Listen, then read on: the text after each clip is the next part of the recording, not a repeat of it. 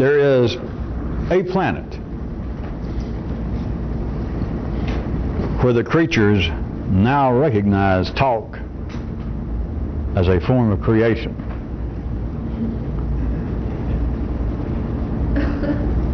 For the sake of pliable intellects here, since it is imported information, I'll give you some breathing conditions, I could say. They recognize talk there as a form of creation, at least low grade, background, but that is just for the sake of the problems of translation of bringing this kind of information from one place to another. Because the first statement actually covered it, that they recognize there that talk is a form of creation. Now even here, you will have earthbound intellects point out that talk can be certainly destructive. People will say that. There are those in certain conditions that are wired up to say that certain talk, under the circumstances, can even be constructive. An idea that perhaps you would cease having these uncomfortable sensations if you would let go of that hot wire or you're staying in the bathtub. You could say, well, in a sense that is constructive. But note, in the sense that I am trying to point you towards, on our planet, under our conditions, talk is not seen as an act of creation. There is always, however, this interesting aspect in the Judo-Christian and in the Hindu materials and in some other places, that the stories, the premise, the attempt on one of these locales to come up with a story concerning the center of their system starts off, and what's the first thing that their gods do? He talks before he does anything. They even describe that the first thing he did was say, "Let me talk." Well, where's that effect?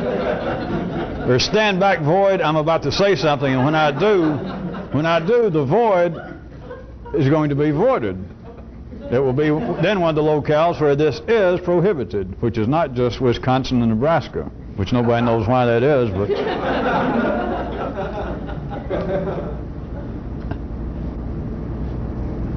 now I want to tell you something, a real story from this particular planet that I happen to know of how things in a describable sense sort of evolved. That is, of these creatures knowing, recognizing their talk as a form of creation. There is on that planet, I'm not going to try to describe it, it's a subspecies. It's less in the evolutionary chain than the creatures that I'm mentioning that recognize talk as being a form of creation. This subspecies runs in herds, not unlike aspects of our planet, but they run in herds and they make noises that these creatures on the other planet, that is these talking creatures,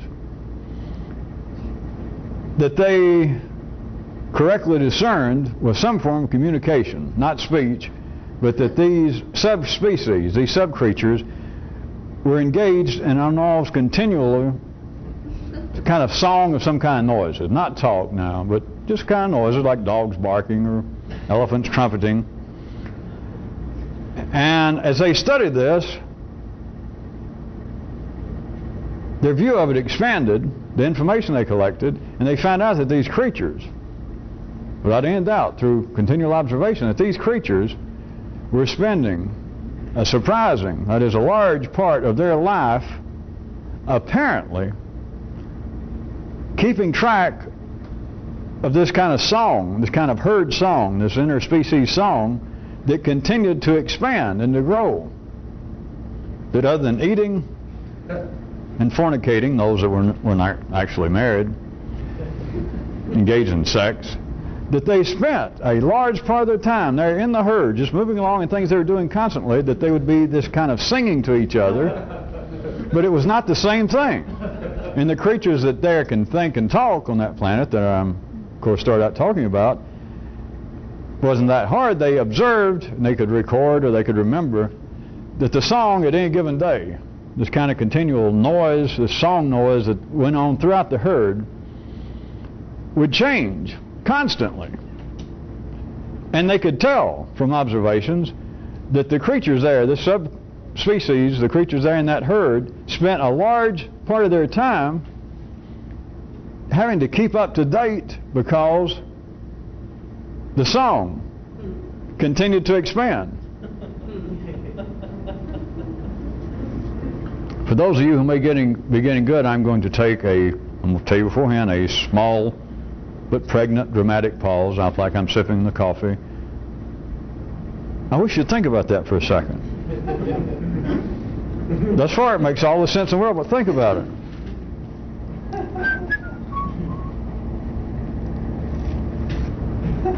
What do you think?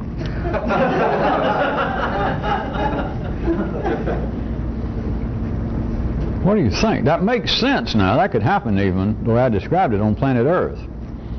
And I am giving you a valid description of the way it appeared even under foreign conditions. The subspecies in the herd had to spend a large part of their time apparently learning the ever-expanding song of this herd.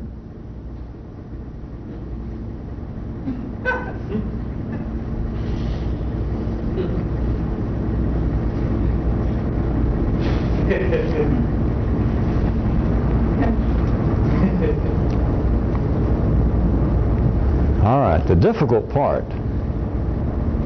for the talking creatures there to begin to perceive is manifold. I was going to point you at one specific, but I guess I should be decent enough to point out what should be the initial muffler, if not manifold, of this whole problem. Is how is the song expanding? But now the part, more specifically, that I wanted to point out, that it was the difficulty there on the planet. That this is what I am telling you in a kind of literal sense, to parallel it to our conditions, is the kind of thing that led them into recognizing talk as a form of creation. But the difficulty was, they observed that this subspecies, and everybody's got it clear enough, don't you? Just imagine these creatures, I'm not going to try to describe them. They're running, they don't talk, they're not anywhere on our level of the evolutionary scale, but they do communicate. And they're obviously a social, or they wouldn't be running and living in herds together, but they continue to make this kind of song that goes on. And these creatures that can think and talk began to observe them, not unlike we might hear on this planet, biologists or zoologists, and they observe, and they could plot at any given time through recording or just remembering it, that this seems to make up the song. And by the next day, now I'm not telling you this is literally true, but by the next day more or less, they would go back and somebody else recheck, or the same guy that had been recording or noticing the song that seemed to be the song of this herd yesterday, he goes back today and it's got some stuff added to it or changed around. The particular difficulty that led from that to what I'm telling you of them recognizing talk as a form of creation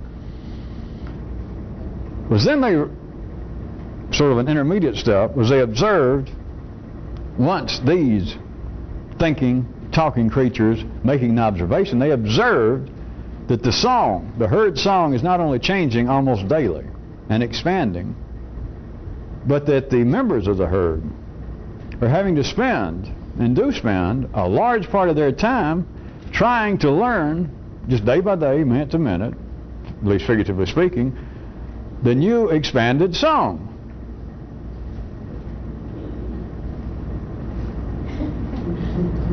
The particular difficulty was them finally getting to the point to realize that the creatures trying to learn and to keep up to date with the new song made what, from the observing, thinking creature's view, were mistakes. That, like today, the song, remember we're passing the first tailpipe part of this manifold problem of how it happened, but the song today is more complex is more expanded than it was yesterday. And so now parts of the herd are trying to catch up to it, and they will missing a note or a noise, if we want to call it that. And then somebody else will. And then it's kind of a struggle there as they're running along and eating and doing whatever they're doing. The particular difficulty for these creatures on this other planet was to begin to grasp the fact that what they took as being mistakes actually became part of the storehouse, became part of the life of their song. Oh, I was afraid of that. I told you that was the particular difficulty. Because, well, if it makes you feel any better, I'll tell you this. It took a long time, even by Earth standards, for them to get from the point of making good, solid, scientific observations and recordings and recollections of this herd and this song in this situation. It took a long time, I'll admit, and I'm just springing it on you, for them to get from there to the fact that what seemed to be mistakes, what seemed to be false starts of certain of the creatures over here would try to catch up with the song, again, ignoring the fact of how the song expanded since yesterday. But today, they suddenly walk out again, they observe, they listen, record what it was they was doing, and the song is now different. It has variations, there's more to it than there was yesterday, and the creatures realize it. And some of the creatures, not everybody immediately, can sing or make the noise, because if they did, then these thinking creatures wouldn't even notice it. You understand? You do understand. That's at the heart of what the universe is about now, folks. That's at the heart of the point of intelligence, is you have to notice that things are different or things are not different. And if things are not different, you can't think. Nobody can. There's no purpose to thinking. It would then only be a universe, or at least a solar system, a galaxy somewhere, of action. And so these observers, these thinking, talking observers, noted that the song today is not the same as it was yesterday. And even they, at least from what I'm telling you now, didn't get all involved with how can that be. But they observe it has changed, it's more complex. It's varied since yesterday, and not all of the creatures immediately are up to speed with it. Everybody has not learned the song in some mystical way since yesterday, and they're trying to take shots at it. And sometimes they hit it, sometimes they don't. Maybe this new part that they do observe, it added like 3 triplets here right at the tail end of this one thing that went on for 27 beats, if they were counting it off. All right, there are 3 new notes here, and some of these creatures only hit 2, some of them hit 3, but wasn't the right 3 notes, and they tried again. Mistakes, false starts. And then after a long period of time, though, they realized that what to them, and even what made reasonable sense, even on their planet, was mistakes. They were anomalies. They became part of the song. It took a long time to go from that to what appears to be mistakes becoming part of a new what? Form of creation. That the song is being enriched, is being expanded, is being kept alive by what they called, and not incorrectly, what they called the continuing string of mistakes. But once it becomes part of the song, no one notices it's no longer a mistake. And yet, for a long time, they would come back the next day, observe again, and aha, the song indeed has changed again since yesterday, and still all of them are not up to speed because they are still making mistakes. The thinking creatures went through this for a long time. You understand that they would say, all right, yesterday the song consisted of this, and X percentage of the creatures took X amount of time before they could grasp this. And up to that point, they kept singing false notes, false starts, false rhythm patterns. Simply, they made mistakes. But by tomorrow, they came back, and the mistakes that they'd observed the day before were no longer there. Now they were making, the song was new. It was varied, it's more expanded, and now they're making new mistakes. And it took a long time before it struck somebody that, wait a minute, the song is different now, today, let's say, than it was yesterday. And they're not making the same mistakes. It's as though all the creatures now, at least overnight, since we last observed, escaped all their mistakes, and now they all know the song. But wait a minute, the song is different from yesterday, and it took a long time before somebody went, wait. The song is different in a mathematical way because the song is different because now it absolutely, exactly equals yesterday's correct song plus all the mistakes that were made. Thus, I still, of course, telling you talk, and these creatures weren't actually talking in the sense that the observers call talk. But this noise, it was a form of communication at a pre-speech level, as we would call it if we had been on that planet, that the mistakes were a creative process. It was creation itself.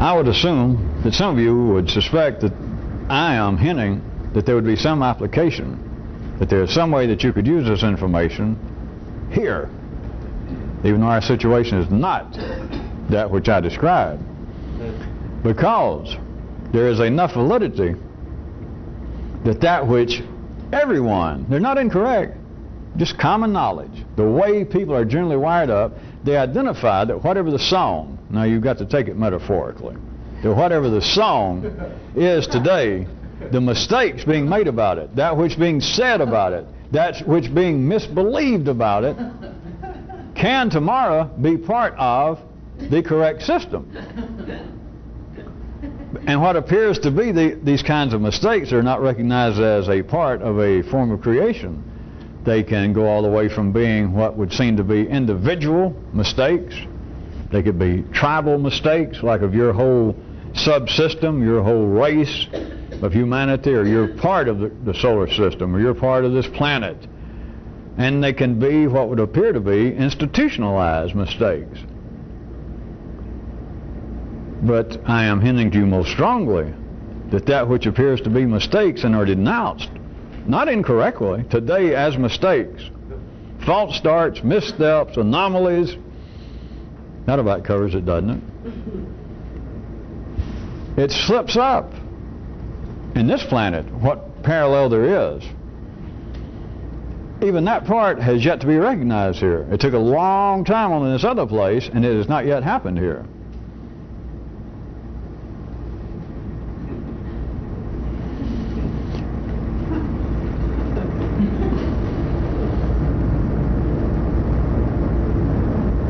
All right, let's play a little further game. If ordinary Earth intelligence right now did see mistakes in the full range of that, and if you were really good, you could see it in the relative sense of the three forces, the three flows I've mentioned, is the D that appears to be an ad hoc, at any time, destructive, resisting, protector of the status quo. You could see the D force, the D flow, is actually being a positive addition to the present structure. Except from any ordinary view, that which you or any generally wired up, bell curve person, ordinary person, would classify that, all right, this kind of activity over here, this kind of belief, let's say there's some group over here, or some institution, or some individual that gains a forum, is spewing what is ordinarily referred to as some kind of hate message. Could be a politician, somebody trying to stir up military action. But the kind of thing that most generally wired up, middle class, bell curve people on this planet at any particular locale would denounce as being destructive, insane, dangerous, prejudicial, inflammatory, dangerous, destructive. This kind of talk, even though we may have some freedom of speech wherever you're living, this kind of talk has got to be battered down, if for no other, if at least through right thinking and etc. it is impossible under ordinary conditions for earth intellect to ever see that which would apparently be extremely mistaken as ultimately being a positive addition to the continuing expansion of creation. It's just impossible. Well, I say it's impossible, don't I? How about this?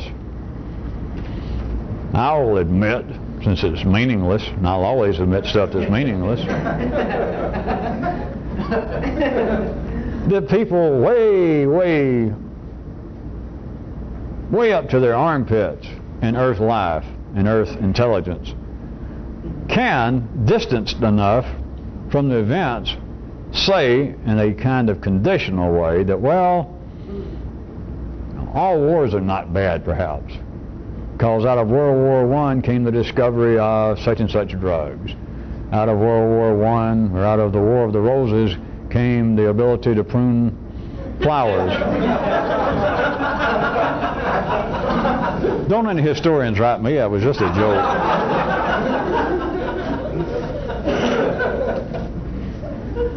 Well, I guess out of the War of the Roses came the ability to separate Mary, Queen of Scots from the Catholic Church, or from her head. All right, never mind. That kind of information periodically pops out. You know, it's the kind of thing that distanced enough, either in time or the person who says it is distanced enough personally from the event. Some tragedy happens. An attempt to break some speed record in an airplane, the airplane blows up, and somebody who's had no blood relation to the people killed or the pilot killed may later say something, well, that's horrible, but as it turns out, the kind of tracking we were doing, the kind of instruments that we did have on board just before the thing did blow up and kill the poor, may he rest in peace, we did get a brand new piece of information just as that plane was approaching X miles an hour, and just as the G-force was this. It's just a kind of old thing that it's no wind is ill enough that some good could not come out of it. But it is meaningless. That is, it cannot be seen that the mistakes, as they would be called at any particular time, destructive ideas, if not behavior, can be, if they survive, a positive addition to the full force of creation. Surely you can perceive by now that if that sort of view, if that kind of thinking was the norm here, the present structure, the present way in which life grows here, to say the very least, would be severely inhibited.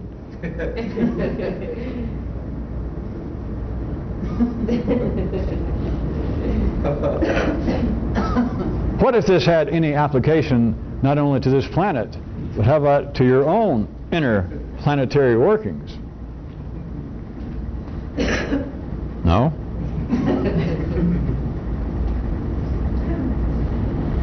What if the things that your own wiring system, the transmissions that you pick up from the energy of life, all the forms of self-questioning, self-doubt, self-condemnation, all the stuff they call it, all of the mistakes that you make, all the mistakes that you think about, all the mistakes that you want to make, if you absolutely were turned loose to run amok, all the mistakes you have made, all the mistakes you feel guilty about, all the mistakes you don't feel guilty about until somebody mentions you don't feel guilty about them, then you feel guilty about that and you have to defend that. What if there was some sort of, not theoretical, not explain away that, well, we're all partially lame and so it doesn't matter. What if you actually had, such as these creatures on another planet, to understand finally, after a long time, that what appears to be missteps, what appears to be absolute mistakes on your part, becomes part, before you know it, becomes part of a positive addition to the act of creation. Even those things that people, and from any ordinary view they're not mistaken, but even those things that people condemn in themselves, they condemn in others. What if? What if it was seen otherwise? How would that inhibit? Now forget just the expansion and growth of life on this planet. What would that do to individuals?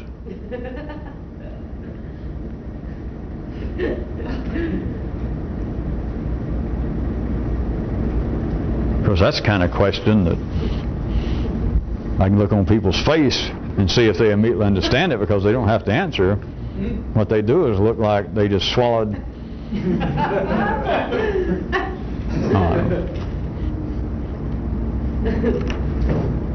going to say a drambuie covered lizard.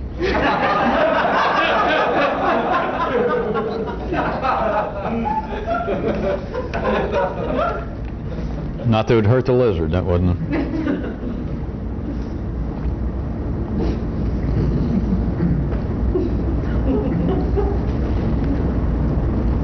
Let us classify this.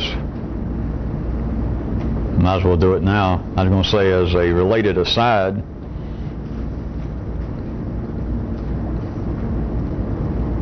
Since I'm talking, I guess I can call it that. I don't know whether you'll see how related it is, but I had the desire to bring this up sometime, so here it goes. A somewhat related aside. See, plus if you talk more there with a preface to it, then people are inclined to forget what you're talking about anyway, so that if it's not that related, nobody really says, that's not very related. Plus, you're going to look over there. All right. What I was going to tell you was, it does have relation to it.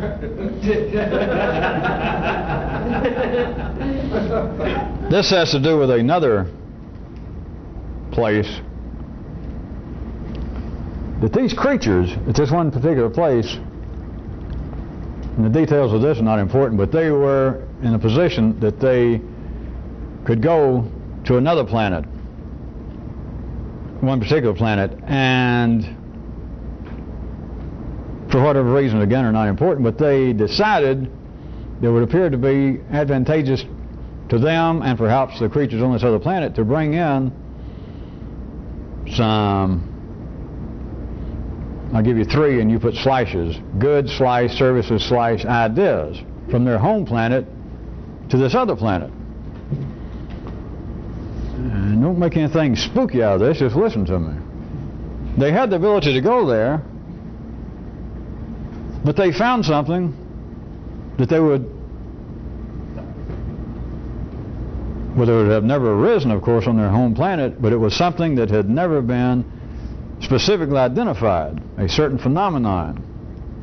And it's this: that whatever the goods, services, ideas that they could bring from one planet to another, if they, and if it was necessary, right now I'll give you a choice, or consider them both simultaneously, if they had to directly, on this other planet, the one they're visiting, if they had to directly and specifically advertise or otherwise announce what these goods, services, ideas, special use and value was, it spoiled it. Think about it. And you're not supposed to get entangled with things of me saying other planets. Just think, well, literally, forget science fiction and all that, but literally think if, all right, it's not the case here, because if it was, I'd be talking, but imagine that somebody came here from another planet and you were past the spooky part, and they said, we have some goods, slice, services, slice, ideas that you people don't have here. You know, we've made ourselves familiar enough, and maybe we say, and perhaps by then you've been impressed by them or you trust them, and they say, we'll bring them, some of them down here, because we can see without any doubt you don't have them. You don't, they're just brand new, but they would be a benefit. You can use them right now, and they have real special worth, that is unique, that you don't have them here. And if people said, well, fine, bring them down, that'd be one thing. But what would people be inclined to do? Not because they're dumb, it's the way life is wired up here. Is you'd want to say, well, all right, but you know exactly what. Or maybe you'd say, go ahead and bring them, but before you would buy them, before you'd say, well, bring me some personally over to my house, or give me some wholesale and I'll go retail the stuff. Humans, that's the way humans are. There's nothing wrong. We'd want to know, well, what is the use? You say it's unique to us, and that sounds great. I love the idea. All right, what's the use? Just tell me. Now, when I said advertise or otherwise announce, I'm not saying that they got to put on a hard sell. They discovered that if they just had to tell, that is, they said, all right, we've got these singular, brand new goods, services, ideas, and we know, we see there's not any doubt, we all know that you could use them right now and they would have specific value to you people. And all the humans go, yay, wonderful, great, tell us right quick, what is it? And even if they wouldn't tell them when they brought it, they'd still have to say, all right, what's the use? Now, how are we going to use it? And what's the particular value? They're already sold. The people, let's say the humans are just dying for it, but tell us what it is. Now listen, because this has real pertinence. They discovered that if they had to, and when I said advertise, I didn't mean that directly on the point of how to say it. That is, they had to announce, they had to publicly tell the creatures on this other planet. In my example, my fallacious example, if they were doing it to our planet, if they had to say, all right, here's the goods, services, ideas, and we got them right here, we're about to open them up, make them available, but now here's the use that we see that you people, we already got them, we use them, but we can see that you people can use it right now, and it has a specific, it's going to benefit you in this particular way. They realized, they found out, if they did just that, which is what? The bare bloody minimum, isn't it? If they did that, it spoiled it. And I mean something serious by spoiled. You hear me? That is, it didn't work. What do you think of that? But assume, as always, that I am giving you a fair retelling of something that the first creatures I'm talking about correctly saw. I'm not questioning that. I'm telling you I know. They knew that goods, services, ideas, certain ones that we have in use, and that we can physically, materially, we can bring them here. And we also see, we've observed enough, we see that right now, although you don't have them, maybe you will someday, etc., but right now you could use them. They would have specific benefit right now. All right? And yet they discovered that if they had to announce, all right, if they had to tell what the use was to be, what use you're to make of these, that we're about to unveil them, they're going to give them to you, or at least give them to you at wholesale. And we're going to tell you what the value, you'll see immediately, but you've got to tell people something, right? Right. But they discovered if they had to do just that, it was spoiled. Think about it. For a second at least. Try to think about it. That is not spooky and it's not irrational. You can surely hear it. It's not the kind of thing that occurs on this planet visibly. But you can hear what I'm saying. That they actually had something. Goods, services, ideas. But to say anything about it is what it amounts to. To give instructions, to just say, well, here it is and here's how you do it. It won't work.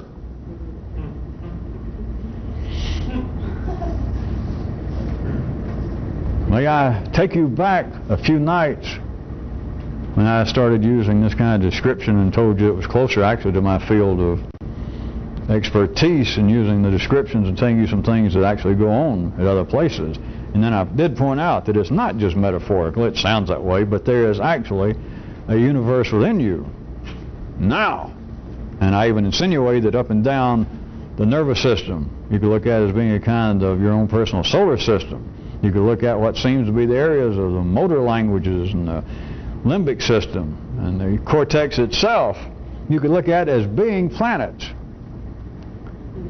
Now you don't have to leave it at that. I'm just giving you a material description to start with, but inside of your own living solar system, your own nervous system, consider what I have just described to you that is an actual fact outside of you, somewhere else.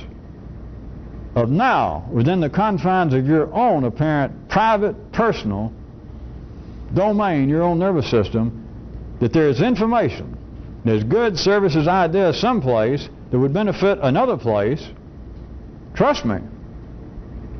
But if that one place has to tell the other one that I can deliver it, here it is, I can make it available to you, but if it tells the other planet, it is severely inhibited, if not spoiled. You don't think about that for a second. You don't think about the kind of cooking and hopping and churning that life has done to man through all the stages of religion and warfare and now psychology. You don't think about that a little bit.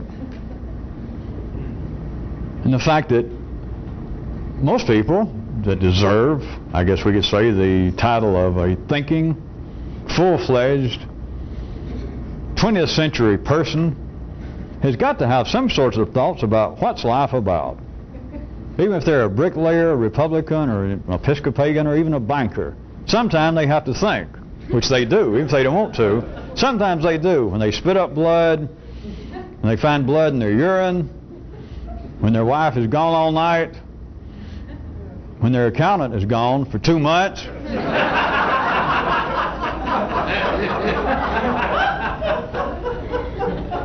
when they get to be 40 years old in 2 days, that kind of thing.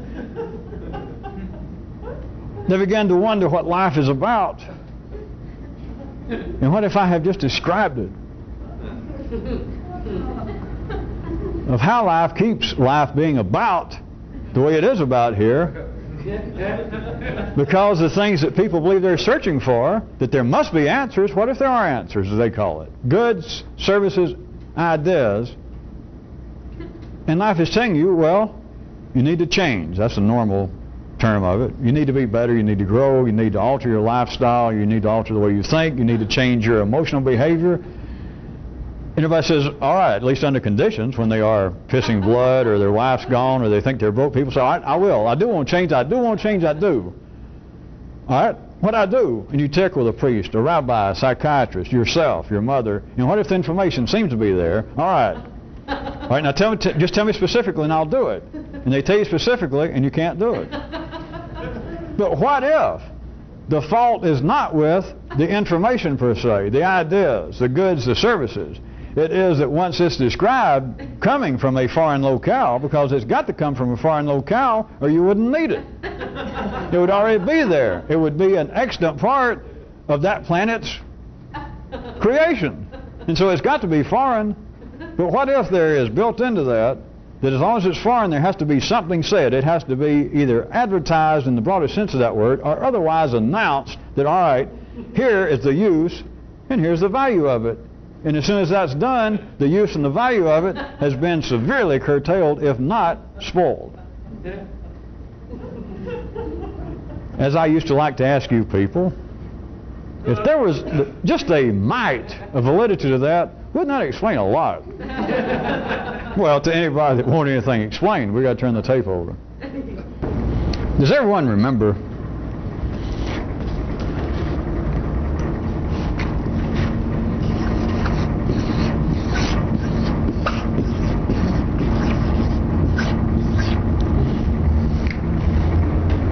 my word, Medivesco? I pointed out to you that there was a kind of treatment, at times even apparently a curative effect can happen through what would seem to be mere attention to the problem. This is known in life, but as always, that which is ordinarily known has no particular value. You can't use it if your perception of it. And the examples will bring some of you that may be hearing this for the first time. It's like the old thing, if you don't know this, I don't give you the blues, but if your TV or your VCR is acting up and you take it into a place and they look at it and they say, well, or you give them the description and they try to play doctor and they wear a white coat so they can charge more. And they write down all the symptoms and they say, all right, check with us Thursday. All right, as soon as you got the door, they do two things. They plug it in, turn it on, and give it a hit. And by all accounts that I know of, something like 70% of all electronic equipment then works. And if they really need some money and you look like you're the sort, when you call Thursday, they may on the phone even go, I don't know, it looks pretty serious. Call me back again. All right, I'll be here Saturday afternoon. Call me then. We're going to have to look a bit more. And it's been playing that whole week. All it is, if you don't scream and holler, if you go, well, doctor, is it going to live? And you think, well, it's kind of hit or miss, but call me Saturday before 5, and I'll see what I can do. I'll try. If I can save it, I'll try to even have it ready so you can pick it up and have it for the weekend. Oh, God bless you, doctor. God bless you. That's a form of medivesco. It is a form of medivesco to feel ill for some reason and to go to a doctor. Have to go through all the process where it is. You got to call, and it takes 2 weeks to get an appointment, and you don't know where you're going to live, and you talk to the receptionist on the phone, and she tries to sympathize, and she even asks a few questions, and she has no more experience than one time she worked for the guy that repairs VCRs. And she says, are you spitting up blood? And if you say, well, yeah, and she goes, and it sounds like she's writing it down, and she says, well, still he can't see until... So you go through all that. Then you got to go from work, then you got to drive over there, and then you're all upset, and they tell you not to eat before you get there You go through all of that, and you get there, and they examine you, and they stick you, and they poke you, and look at you in places that you do not be looked at. And then you get through, and the doctor says, well, I'm going to tell you the truth. Other than, you're a little anemic, or you're 2 pounds overweight, I don't find anything wrong. And you suddenly realize, as a matter of fact, I feel a lot better. And so, whatever it costs, 200 bazookas for a checkup, you leave, and you apparently, whatever it was, kind of went away. All right. Now, this is known in life, but I finally put a name on it. And, of course, the time I talked about before it was to show you that it can be used. It's time for me to give you the rest of it. And I decided to do it this way.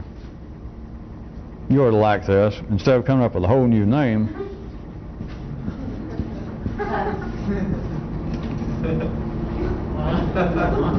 Oxyvetum. Really? Oxyvetum, that'll do. Oxyvetum. What this is, a difficulty seems to be made worse by attention.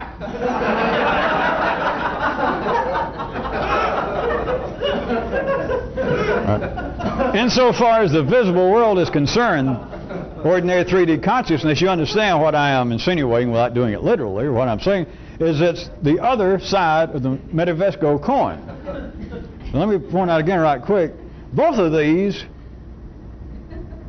have a very low grade, or there is a very low grade generalized awareness of this in life. It's meaningless, such as medivesco.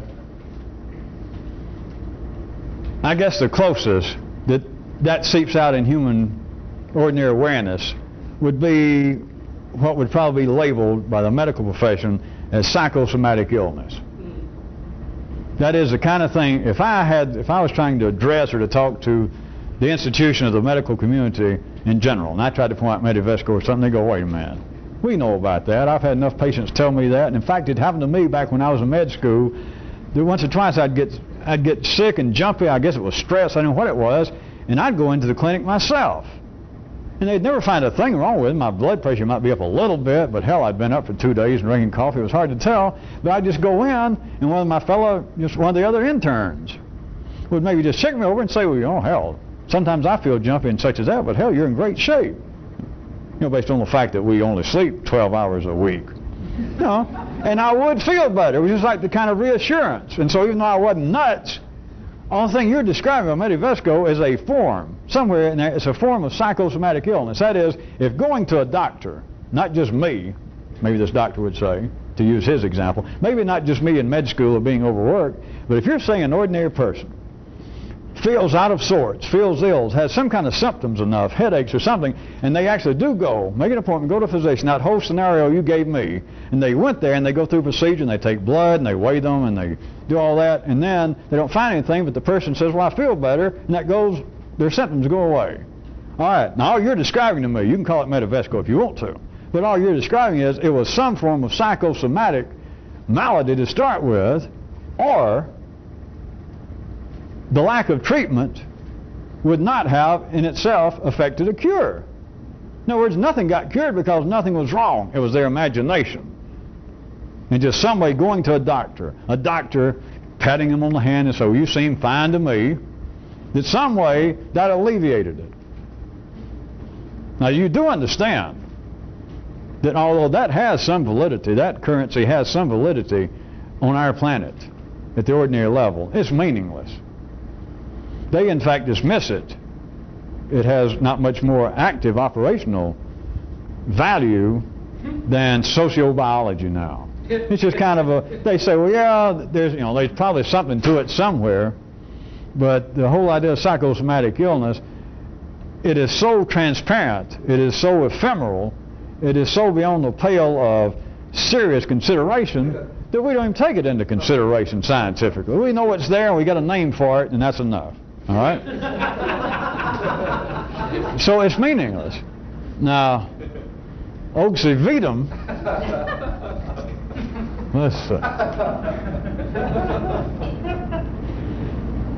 that is probably best known, I can think of several ways to put it to you, but would be, you would have little spurts of this. I would come out in clinical psychology, and it would come out particularly in ordinary common sense amongst people, and that is, would tell somebody if indeed they were worried about something, let's use worry, over something had happened, losing their job or the death in the family, is they would say, listen, you got to quit worrying about it. You can't keep thinking about this and just going over and over and over. Everybody's heard that. They've been hearing that for 2,500 years in the Western world. People have been telling each other that. And what good does it do? I don't mean that sometimes here and there somebody may go, yeah, you're right. But it's not taken as seriously as don't turn right on a red signal in Tennessee. To say, well, if something's really bothering you, quit worrying about it. I mean, if you have lost your business, or if your son did die, or your mother did die, I know it's horrible, my mother died last year, but you can't worry about it forever. The thing is, that has no chiseled and granted intellectually inside the nervous system of man any deep, strong value. It's just, you hear it and you say, yeah. It'd be like saying that there is indeed got to be some real validity to the theory of sociobiology. Our genes have got to have some real effect on the way we behave, even our institutions. Yeah, I guess so. But then it's just kind of a footnote in history now.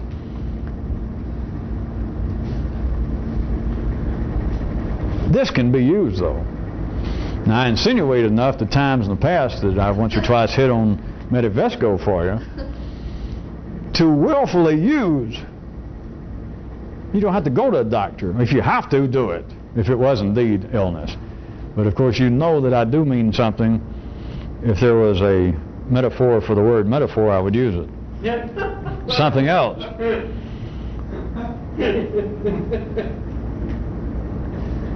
Is you can use turning attention, further investigation, slightly changing course so that new information comes about and what would seem to be a problem, an irritating issue that has arisen, a difficulty. Medivesco is treating it, but you got to know that you're trying to do it. Not just an accident, not just to hit the TV and it comes on, or not to find out that the guy you paid $467.13 did that. It's to start off knowing that what I'm attempting to do is to use that. You don't have to say it. It's better if you don't, but have to use that thing he talked about.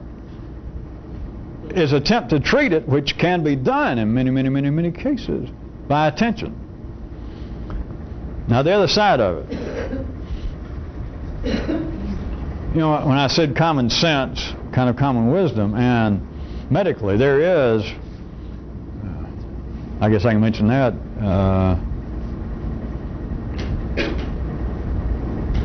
iatrogenic is a word which, if I recall, actually means physician or physician caused, is the medical profession has. Iatrogenic as a usable word, that is, you go into the hospital, for instance, and you pick up a disease or a germ that you didn't have when you went in to be treated. They just treat that as, well, they treat it seriously when it happens, And it's a running battle with hospitals. Since you got sick people there, you're inclined to go in with one sickness and come out with two, or a different one. But I just bring it out that in the same way that I could have some ordinary person or some even scientist or medical personnel say, well, hey, Medivesco, we know what you're talking about. You're talking about psychosomatic illnesses of some kind. And then if I said, all right, now I'm talking about uxavitum, and I described this, or you're talking about iatrogenic problems, that it was caused by the germs on the doctor's hands, or not through anybody's ill intent, but being in a hospital, we helped you with this one illness that you came in with, and God forbid you got another one, but that's the way things go.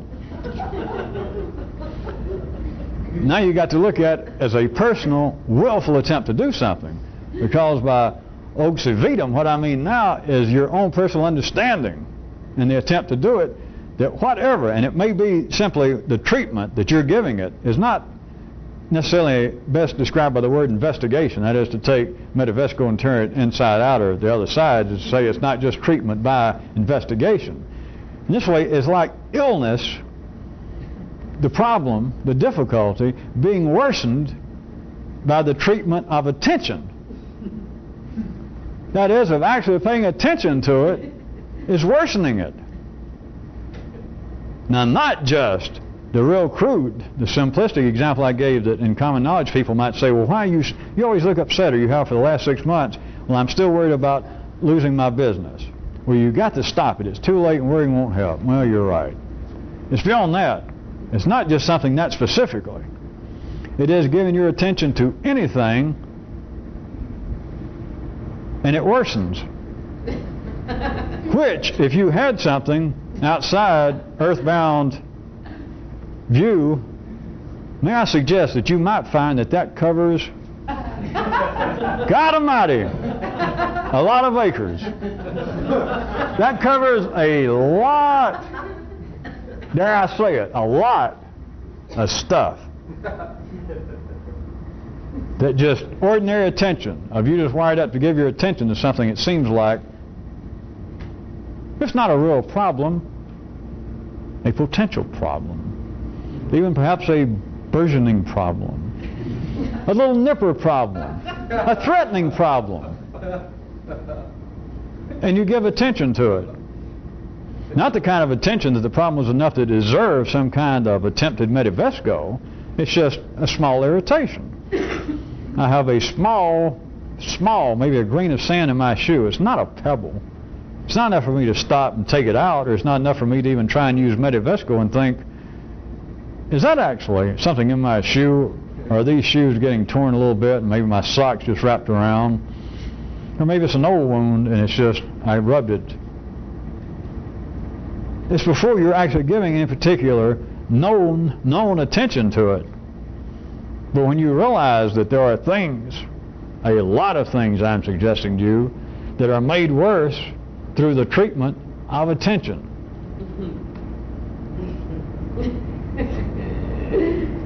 Then would you not withhold this kind of heretofore unrecognized treatment by attention? Well, I'm going to have to think about it. I wasn't aware until somebody pointed out to me, perhaps even one of your own voices, but somebody said, do you realize what you've been doing could easily lead to such and such? Or do you realize some of what you've done already, it may turn out, once it's discovered, that such and such could happen to you? No, I'd never thought about it. Let's see. I will think about it. And it worsens. Now, at the ordinary level of earth intelligence, to say it worsens is meaningless. Those of you getting this on tape at some other time in some other place, this has no premise. If some of the stuff I mentioned that is true on other planets that might be used here, there's no need for you to do it. If you don't do it, you're not going to be worse off. Nothing bad's going to happen. And I am not a preacher. I'm not even a fake preacher. I'm not even up to that level. But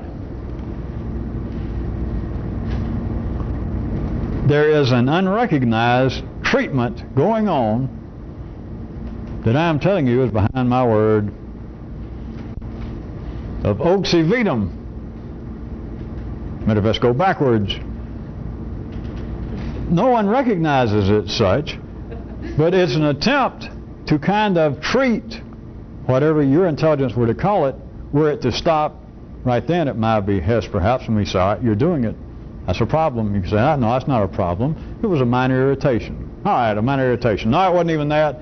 It was just a passing concern I had. All right, a passing concern you had. But you begin to treat it by attention, and it worsens. That is the way it appears. It doesn't actually worsen. Or you read something or you think something, and you say, all right, that is true. I can see that we did mistreat, our forefathers, we did mistreat the native people here. I don't know. The ways I can see it, though, as much damage as I'm sure we did, they're actually better off. No matter what complaints they have now, they're better off than they would have been. There is, I don't know, there's a kind of ambiguity to that idea. I'm not ready. I can't decide. Maybe I don't have enough info yet. What I'm trying to get you to see is something that would appear to be this side of a mistake. That I don't want to make a mistake in my thinking. I don't want to decide that something is correct and then find out it's not, because right now I am still uncertain. There's a certain amount of ambiguity in my own thinking, so I don't want to make a mistake. So therefore, I'm not going to add. If there is a storehouse and reservoir of information, there must be an anti-reservoir, that is, of ignorance, and I don't want to add to it. So I'm not going to decide yet what I think, because I'm not sure. That is part of the storehouse. But it is not taken into consideration, and it has quite specific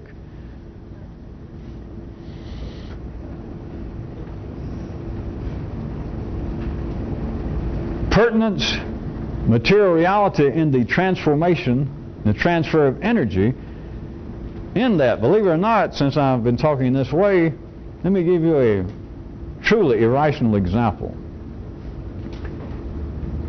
In the ultimate, that is, the more enriched, something beyond the three-dimensional limits of earth consciousness, for that kind of more complex transfer of energy, information, thinking, there has to be a kind of looseness. Things cannot be too locked tight. Now, some of you may think I've said this before, but I was going to give you a really rational, three-dimensional example. When it comes to actual, and you may be mistaken thinking that this has already been disproven, because it hasn't. But when it comes to truly interplanetary travel, there has got to be a tolerance in the navigation. What could be more irrational than that? And I'm saying that's valid. Because if you were going to go from here and your life was on the line, you would think, and you're trying to go just from here to the moon, much less Jupiter and Nectarine. Okay, Neptune. You would think, listen, I'm not getting on, you know, if NASA or whoever's running it now, J.C. Penney, and they're saying, and somebody says, hey, we found out to correctly do this, there has to be a kind of, you know, a little, shall we say, somewhat of a kind of navigational laissez-faire that, you know, we're going. There's got to be a kind of a looseness in it, man, huh? You know, most people wouldn't want to get on that spaceship. That if we're going to travel from one spot millions or billions of miles away, we got to talk about all kinds of taking into. Got to know a lot more about geometry, trigonometry, and other areas than I care to even think about, that you got to know specifically, and the movements of the heavens, that you got to know, you know, what direction they're going and how to make the kinds of continual adjustments to specifically get there spatially and time-wise at the right spot to land on that mother. Don't tell me that there's a kind of, you know, looseness and tolerance in this.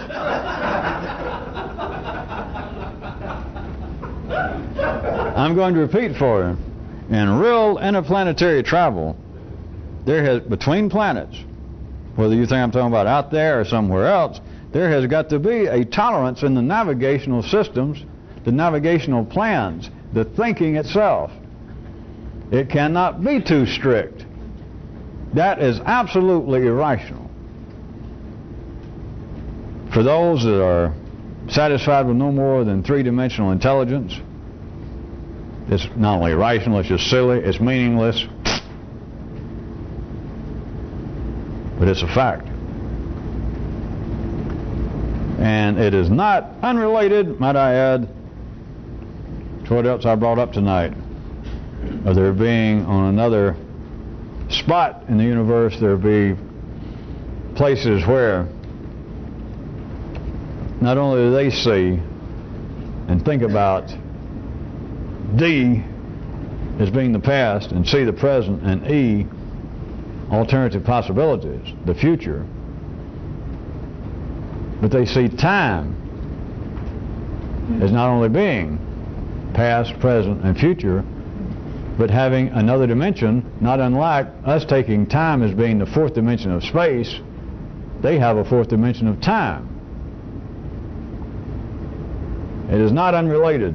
And of course, to you people that may be getting spooked out there on tape, this has got really nothing to do with going outside and trying to jump high enough to break the bonds of Earth's gravity and fly to another planet.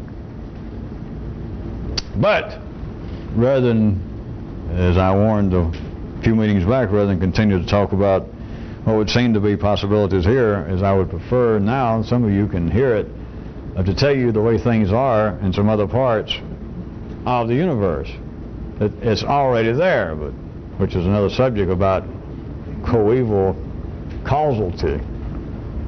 But it is already happening. And it may not be simply on another spatial planet. It can be on another time planet. If you care to try and pursue the question I left with you, what pertinence might it have here of there being not only a fourth dimension to space, being time, which seems to be a whole nother dimension, right? It's not, when we say time is the fourth dimension here, it's like you go through three dimensions, height, width, and breadth. All right, everybody got that. All right, and the fourth one's time. You understand, time is not really the same family. It's like saying instead of 3 brothers in this family, we actually have 4 brothers, and you people didn't know it. For years and years and years, up until the 20th century, we thought that the universe was made up of 3 brothers, height, width, and breadth. But it's not. It also has got a 4th brother, time. Except the point, if you line them up, it'd be like 3 short, red-headed, green people was height, breadth, and width, and you say, now, what really holds reality together, we just didn't realize it now, is the 4th brother. And he comes in, and the 4th brother is 7 feet tall, purple, and a girl. A girl hippo, maybe. That's not even close. You bring in the 4th one, and it's a redwood tree. How about that? Or it's a boulder. It's a burned out 49 Studebaker. You understand? It's of a different species. To say that spatially, we're talking about the 3 brothers, the 3 dimensions are time, or height, width, and breadth, yeah. And the 4th one is, there ain't no 4th one in that family. The 4th one is time. You've been used to hearing it now. You go, yeah, but you understand, you have shifted, to say the least, gears. You have gone, not in another direction, because time is not a spatial direction. You just changed the whole affair. Now think. Do your best. What could possibly be anywhere comparable to say, all right, now time has got 3 dimensions, now that you mention it. It does. There's no doubt about it. You got to have 3 or you're not even talking about time. It has the past, which we know exists. I have a past. Forget history. Forget whether they have records past 3,000 years ago in the Western world. I know that there is a past dimension of time because I've lived through it. I had a past yesterday. And I know there's right now. I know it right now is different from this afternoon at 5 o'clock when I was stuck in traffic. I know that if we're going to have to narrow it down, and I know there's a future because every day, every moment I live, there's something that's coming up. There is a future. All right. So you got those 3 brothers, the 3 things that they're all related, the past, the present, and the future. That's all time. Now if there's a 4th one, it's another species. You're going to bring in a boulder and try to pass it off as the fourth brother to these three short purple guys with green hair. It's going to be something. It's not just, all right, time goes da, da, da. All right, and the fourth one would be, it's not that. In the same way that you go through the 3 dimensions of space and say, all right, we've got 4 dimensions here, but the fourth one is, all right, up, and that way. And then you can't point your finger. You can't draw. You can't even picture time as being an extension of space. So imagine if there is a fourth one, which there is, and it's seen in other places, but if that had impertinence here, where have you got to go? It is not some kind of logical, it's not even illogical, but it's certainly no kind of linear progression of art, past, present, future, and boom. It goes, whatever it would be, do, and then somewhere else. What I was saying was that was not unrelated to me telling you that the correct passage of energy, of information, and I'll go ahead and say it. Let me keep saying interplanetary travel, which is true, but interplanetary in your own nervous system, to try and get information, even if you apparently picked it up first out here, there's no consequence. It gets in the nervous system and you're trying to use it, and you've got to move it, or it'll never get used. To move it, it cannot be too strict. You cannot have some kind of navigational charts, which is part of what education plays on this planet. Not that it's wrong, but it's to tell you that there is specific ways. If you're going to learn something, such as multiplication tables, or used to at least, and it still would be valid, what's the way to do it? As you sit yourself down and you go, 2 and 2 is 4. 4 and 4, down. And you learn it. That 2 and 2 is not open to some kind of interpretation. You don't say, well, 2 and 2 is 4 sometimes. On Tuesdays it's not. Or if you live in Birmingham, it's not. That is what education, that is what the mechanical development of the human nervous system up through the brain, through the intellect is on planet Earth, is it is strict. That true is true and false is false. If you're going to move from one place to another, true interplanetary travel, which doesn't exist just out there, there has to be a tolerance in the navigation itself, in the movement of the vehicle. If the vehicle is energy, whether it's your intelligence, there has got to be a lack of it being too strict, which is absolutely, and irrational doesn't cover it. It's just wrong on this planet. Because you can't learn anything, including the multiplication tables. You'd never even gotten into high school, much less college. If you'd say, well, yeah, we studied the multiplication tables when I was in school, but as a matter of fact, I'm a little more intelligent. I'm going to have to tell you people. Maybe it's going to stand up while taking the college boards and say, by the way, I'm going to have to tell you. I know the answers you want of me wanting to know if 2 and 2 is 4. I know that it seems to be, but it's not necessarily true. You understand? That is foolishness. That doesn't even cover it. It's just wrong. But if you're ever going to travel anywhere else, it's not wrong, it's not right, it's just too strict. It has no tolerance. And it is not unrelated to there being in another place a recognized, and they think about it, they take into consideration, a fourth dimension to time. I'm not trying to be all that vague. It has also a connection to what they see as the E-pool, the background upon which I wrote this, the background upon which you think about the other two, of this thing about C and D, of the future, trying to think about the past and the present. If it could turn on itself, I'm telling you, it is not unrelated to this. That if there is a tolerance somewhere, if there is what I'm telling you is a necessary tolerance to move information, to move you, it's not unrelated to this, it's not unrelated to, in another place, there being a fourth dimension to time.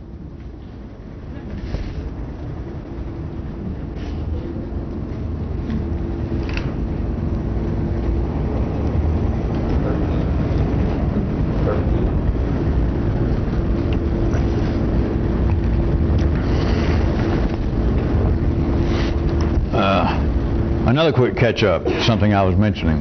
Remember last time of Medivesco and its evil twin brother, its sister planet. I decided to pronounce it Oog or Og. Ugsivitum Medivesco backwards. And I'm pointing out that there is a reality, two things that's happening in the world, and they can be seen ex post facto when somebody points it out, that some things seem to get better when you just give them attention. Yeah, isn't that weird? You kick the TV and it comes on. You worry about how's your sister doing, and you call up and it turns out that just you calling her, she said she felt terrible, and then a few days later you get a card and she says how much better she felt just hearing from you. And it's not really that weird, and you think, yeah, that kind of thing happens to me. Not only that, but then I showed you that there is, in a less specific manner, even the medical idea of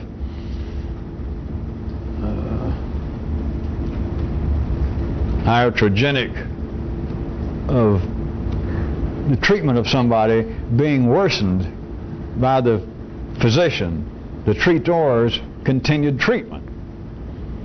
But I point out that there is something quite more widespread than that medically, that there are things that are worsened, people that are worsened, ideas that are worsened, things that are worsened through the continued attention. Now all this happens mechanically.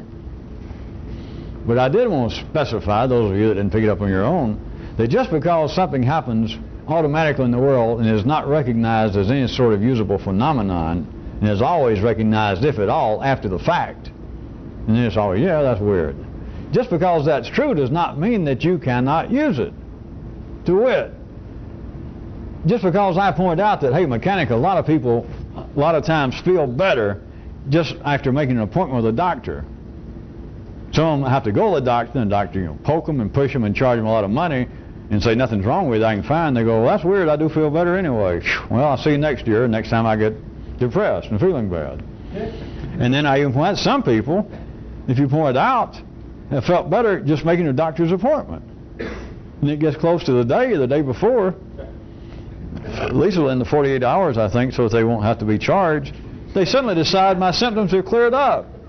How weird. Just because that happens does not mean that you cannot use it. Just because I point out that this happens to quite ordinary people does not mean that once you know it, that in some way you shouldn't use it.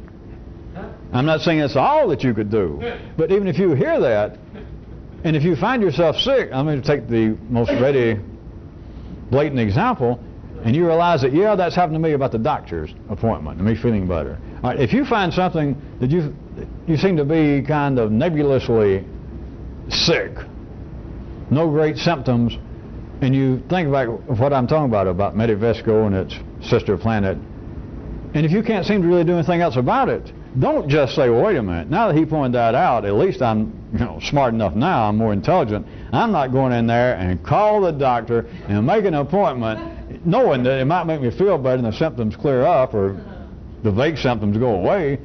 Boy, that'd be dumb. If you have no other immediate alternative, and you've heard, and the night I said it, and tonight, and you kind of laughed, and you fell back in the arms of good old world intelligence, and it was really sort of a sarcastic laugh, like, ha ha, well, now that you pointed out, I'm too smart to fall for that. Don't be an idiot doubly indemnified. Don't compound your felonious thought processes. If you can use that, there's a difference between knowingly use something that may be mechanically happening in life and that which happens that I can point out after the fact to people and make them laugh and go, yeah, you're right. How dumb. If you knowingly use it, it ain't how dumb. It's use it. And this is true in many, many, many, many cases that sometimes I do not back up. But it's true in all cases if you can follow what I'm saying. Just because I can verbally describe something and you begin to see that, yeah, you describe something that happens that either people do not realize it, either they misname it, or they can only realize it once it's pointed out and then they forget about it, and it seems to be quirky or it seems to be simply a matter of irony. If it works and you understand it, there is a difference and then using it. And it's not some theological difference, it's not some philosophical difference, it's not some difference that pleases me.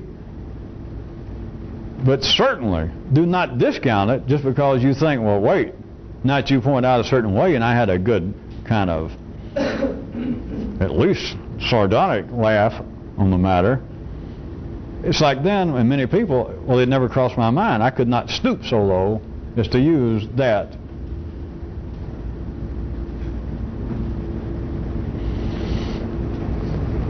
There's a difference between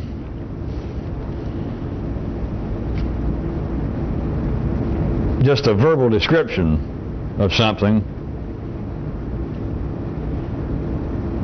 and then knowing the difference in its usage in the description. Because just to know that something may be in existence, just because there may be some phenomenon such as the reality behind metavesical that I can point out, and to say that it happens, and it happens far beyond the plotting, even the notice of mankind's intelligence. There's a difference between knowing that and a difference in being able to use that. And there is no reason for you to ever let the former interfere with the latter by thinking in some way, well, that's too common, or I've done it myself before and didn't know it, and therefore it's unworthy of my attention. I'm glad now I'm so smart I wouldn't fall for that. You're not so smart to fall for that if you still think that. That if you still think that way, then you should use it when the occasion arises. If you're ever getting better than that, you'll know it. You'll know what to do. But do not ever fail to avail yourself of whatever you can do. How much time we got? 5 minutes. Let's have that other set of Kyroots.